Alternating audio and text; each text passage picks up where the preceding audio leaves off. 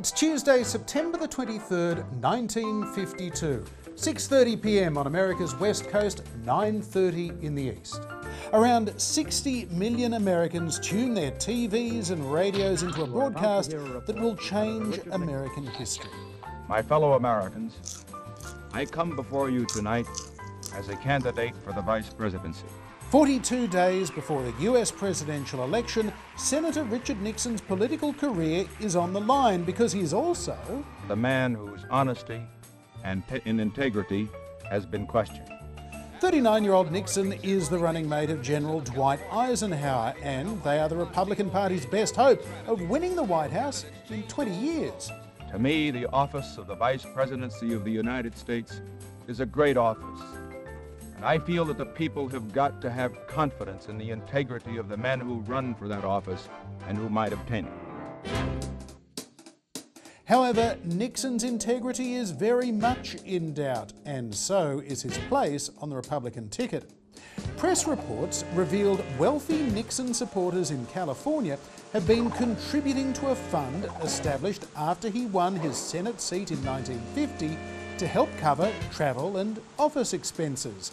Aides urged Eisenhower to end the scandal and dump Nixon. Sitting behind a television desk in a studio built for variety television shows, Nixon tells his viewers that the $18,000 fund was neither illegal nor immoral, and that his donors had not received any special favours. Not 1 cent of the $18,000 or any other money of that type ever went to me for my personal use.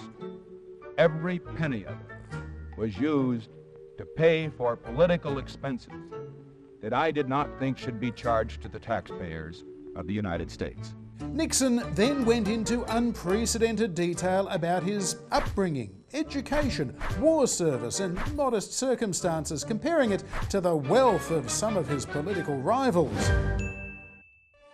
With his wife Pat sitting uneasily to one side, he disclosed his income, loans for his car, other debts and even the value of his life insurance. Well, that's about it. That's what we have. That's what we owe. It isn't very much, but Pat and I have the satisfaction that every dime that we've got is honestly ours.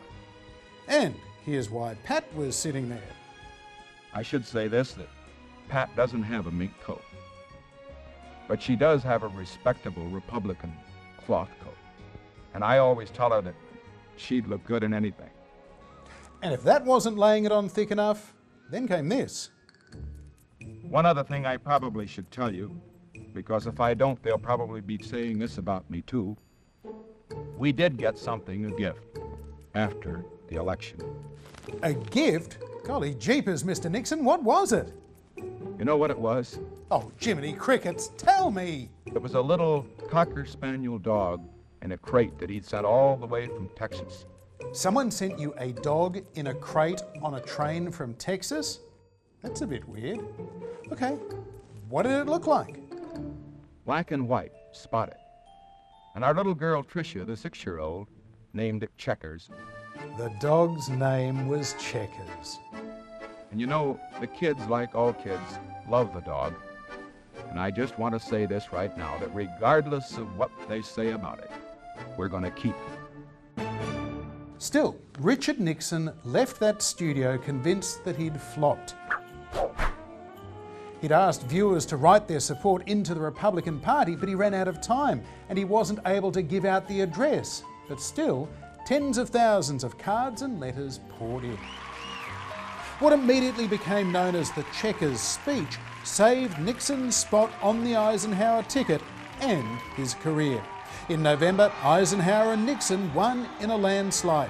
After 8 years as vice president, Nixon lost a close contest for the White House against John F. Kennedy, but finally reached the presidency in the election of 1968. But 6 years later, Richard Nixon would resign in ultimate disgrace over the Watergate cover-up, and this time, no cocker-spaniel could save him.